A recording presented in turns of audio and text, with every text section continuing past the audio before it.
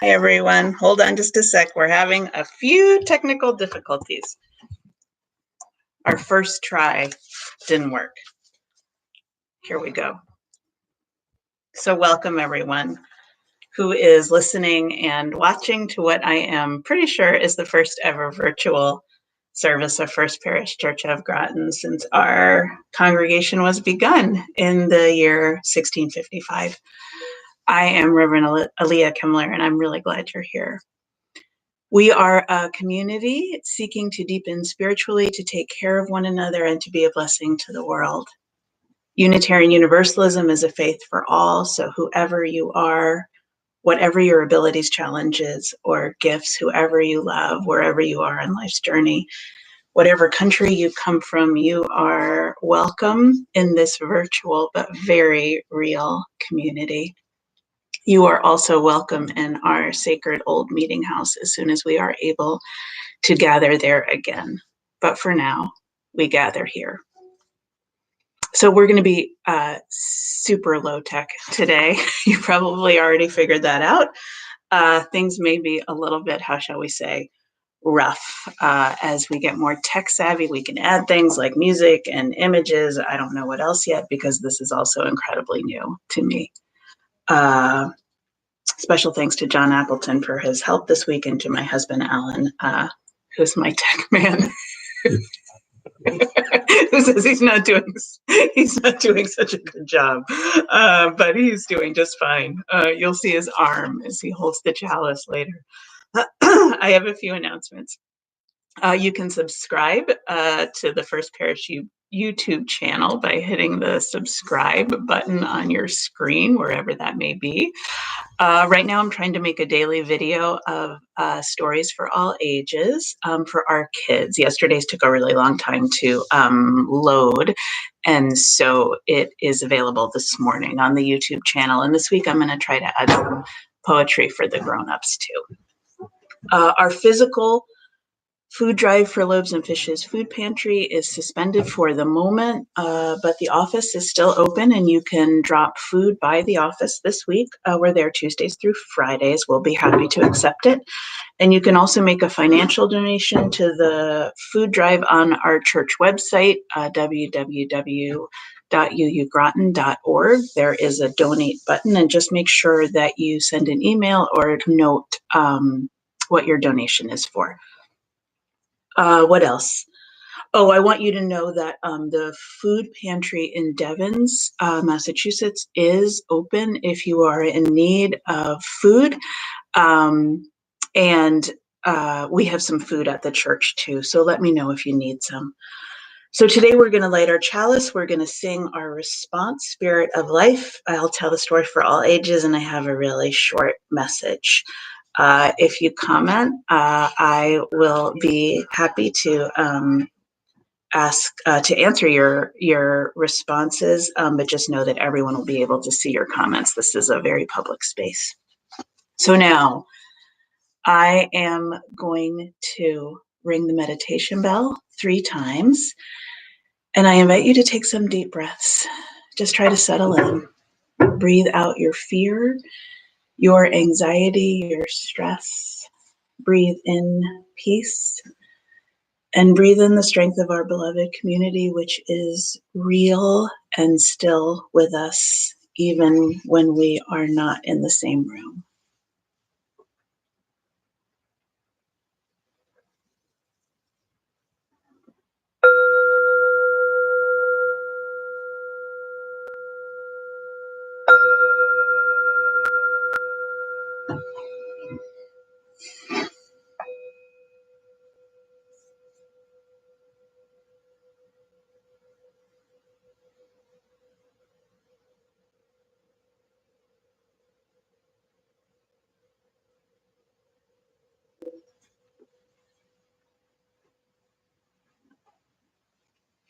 So now we are going to light our chalice. Our words for chalice lighting are by Lynn Unger. Hold on. A beautiful poem she wrote this week called Pandemic. It has been shared widely over the internet, and so many people have said it was just what they needed to hear this week. I know it was for me. Pandemic by Lynn Unger. What if you thought of it as the Jews consider the Sabbath, the most sacred of times? Cease from travel, cease from buying and selling, give up just for now on trying to make the world different than it is. Sing, pray, touch only those to whom you commit your life. Center down. Know that we are connected in ways that are terrifying and beautiful. You could hardly deny it now.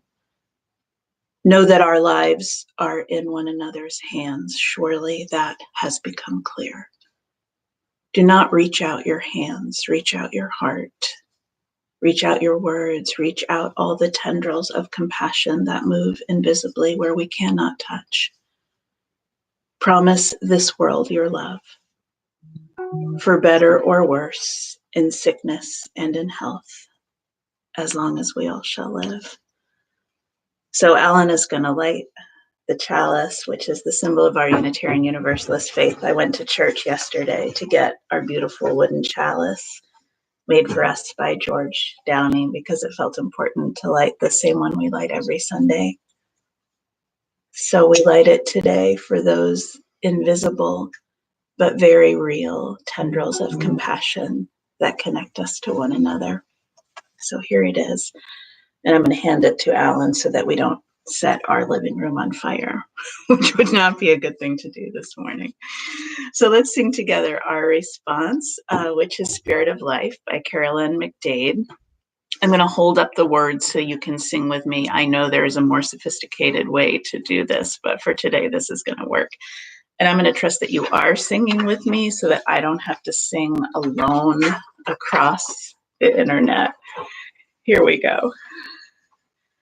Fuente de amor, ven hacia mí, y al corazón cántale tu compasión. Sopla el volar, sube en la mar, hasta moldear la justicia de la vida. Arriágame, libérame, fuente de amor, ven a mí, ven a mí. Spirit of life, come unto me. Sing in my heart all the stirrings of compassion. Blow in the wind, rise in the sea, move in the hand, giving life the shape of justice. Roots hold me close, wings set me free. Spirit of life, come to me, come to me. So now it is time for a story for all of us, and I invite the children to come and listen to it, and for once the adults get to see the pictures too. I will miss hearing your questions and the great funny things that you say. So children, if you're here, ask your grown-ups to type your comments on the screen and any questions that you have, and then I will answer them later if I can. So our story is one of our favorites. It is called The Word Collector by Peter Reynolds.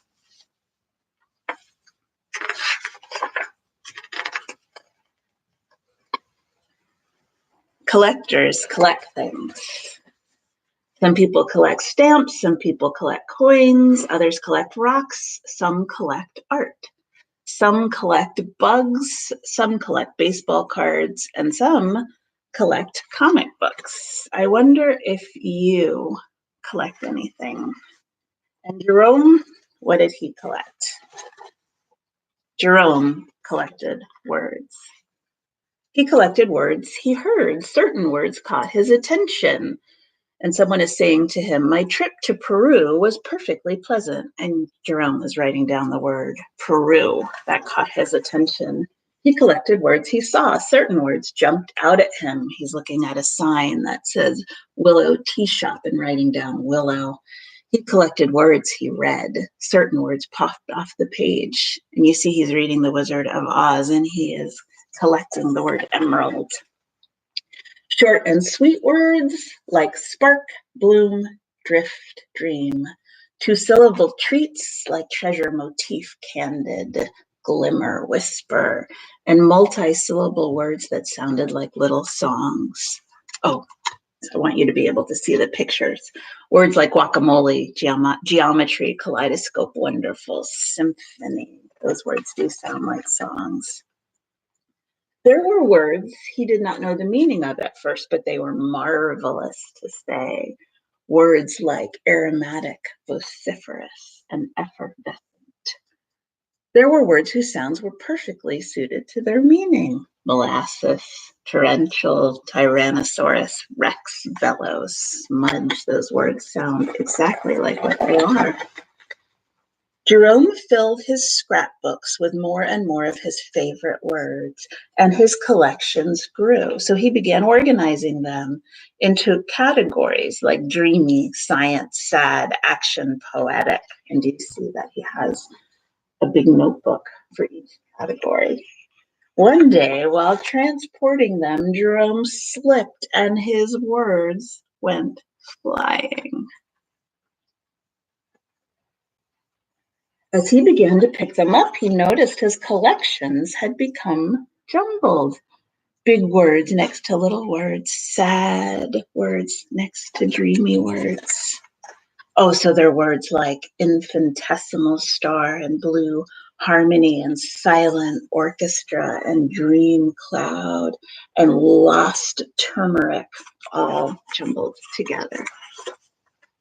So Jerome began stringing words together, words he had not imagined being side by side. He has whisper, symphony, electric peace, savor, dreams, cascading stars. He used his words to write poems, and he used his poems to make songs. They moved, they delighted. Some of his simplest words were his most powerful.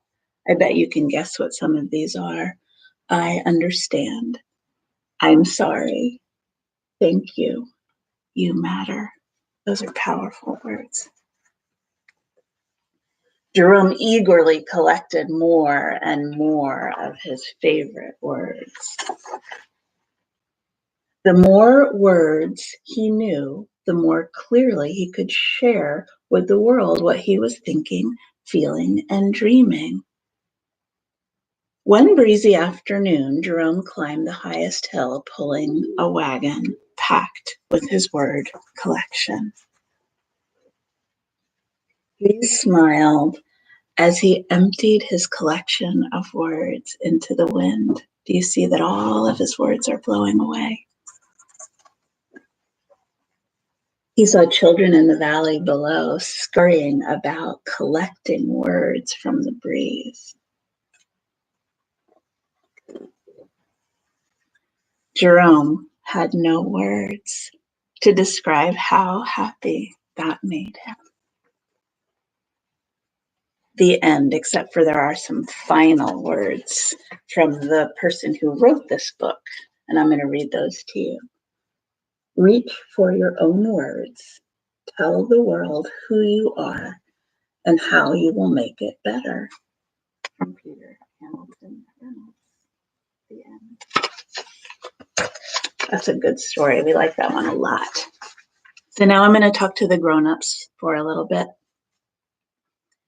Over 800 years ago, Rumi, the Muslim mystic poet, wrote, "Do not stray into the neighborhood of despair, for there are hopes, they are real, they exist. Do not go into the direction of darkness. I tell you, suns exist." So friends, it's been a hard week all around the world, and there are more hard weeks ahead of us. I know that many of you, like me, have spent a lot of time on screens frantically reading and scrolling through articles and watching and listening to the news and trying to figure out what to do. We need to know what is happening, but the truth is we can't know what's happening because so much is unknown. Some of us really, really don't like this. Feeling powerless and vulnerable and afraid are not up there among our favorite feelings. But as the writer and longtime activist and patron saint of many in our community, Anne Lamott reminds us, courage is fear that has said its prayers. Courage is fear that has said its prayers. I think this means that we can be afraid and brave at the very same time, and that praying, however we define prayer, can help us. By praying, I mean connecting with what is larger than us, connecting with what we truly believe in at the core, in the gut, whether it is the God of our understanding or the spirit of love or human decency and generosity. To pray is to steady ourselves, to ask for help from that deeper, wider, larger source, to be reminded we are not alone in this or in anything. We are not alone whether or not we are in the same room. I spent some time in our empty sanctuary this week, and I thought about our spiritual ancestors and everything they had to endure, the Revolutionary War and every war since then, the flu epidemic, which began in January of 1918, the only other time we know of when our sanctuary was closed for any length of time. They lived through the Great Depression. They lived through the worst days of the Vietnam War. I confess I might have talked to them out loud. I told them about the canceling of baseball and the closing of the public library, both of which made me really sad. And I asked them to watch over the sanctuary until we could get back there. And I felt reassured. I felt reassured we will come through this hard thing. We will not come through it unscathed. We will not come through it unchanged, but we will come through it, and we can do hard things. So how do we take care of our spirits right now? Well, I have some ideas. And here are the things I would like you to try this week. And at the risk of giving you one more email to read, I'll send you this list so you don't have to try to remember all of it. The first one will be most familiar to you, and that is to go outside every day, to look up at the sky, to lean against a tree and let the earth hold you up, and take some deep breaths, and do this more than once if possible, especially when you feel afraid. Go outside. The second is do not read or listen or watch news all day because it will not help. Too much news leads directly to the neighborhood of despair that Rumi tells us to stay out of. We are doing what we can. So turn off the news and put on some music. Read a poem or listen to me read one. Rest your eyes and your mind. And the third one is do something to help. When we get afraid, we hold on to everything a little tighter, and we lose our sense of humor, our sense of perspective, and especially we lose our trust that we're going to have enough. So being intentionally generous in these moments is a good thing, and it can be simple. Let someone in front of you in the line at the grocery store. Bake something to share with a neighbor. If you don't know your neighbors, this is a really good time to start knowing them. You can leave a cake on their doorstep with a note if you don't want to get too close physically. And maybe you'll start a chain reaction and your whole street will start baking for each other. If you have art supplies at home, make some cards or ask your kids to make them and send them to anyone who might need a little bit of care right now. And if you aren't sure who that is, send the cards to church and our caring committee will send them out. If you accidentally panicked and bought more toilet paper and canned goods than you could use in a year, check in with those around you and see if someone who got to the store later than you or doesn't have the money to stock up could use something. It'll make you feel better to do this. And finally, use this strange, uncertain time to connect.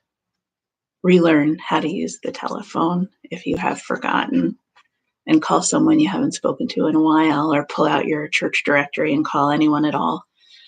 Write the letter you've been meaning to write, or send out the holiday cards and the Valentines you never got around to. Several of you sent me the story going around about Italians singing together from their balconies in empty streets. If you search online, you can find a video of people from Siena. The neighbors are singing in harmony, and there are barking dogs joining in. But what was even sweeter to me is learning that this wasn't a one-time event. It's happening all over Italy, from Siena to Naples. And the children who, like ours, aren't going to school are leaving little notes everywhere saying things like, don't give up, and stay strong, and we're going to be okay. This is how we help each other from straying into those neighborhoods of despair. This is how we keep fear from staying too long when it comes to visit. Fear doesn't like singing. Lynn Unger tells us, reach out with your heart. Know that we are connected. Know that our lives are in one another's hands. Reach out with your heart. Reach out with your words. Reach out all the tendrils of compassion that move invisibly where we cannot touch. I am holding all of you in love and sending you strength and peace. And I'll see you next week.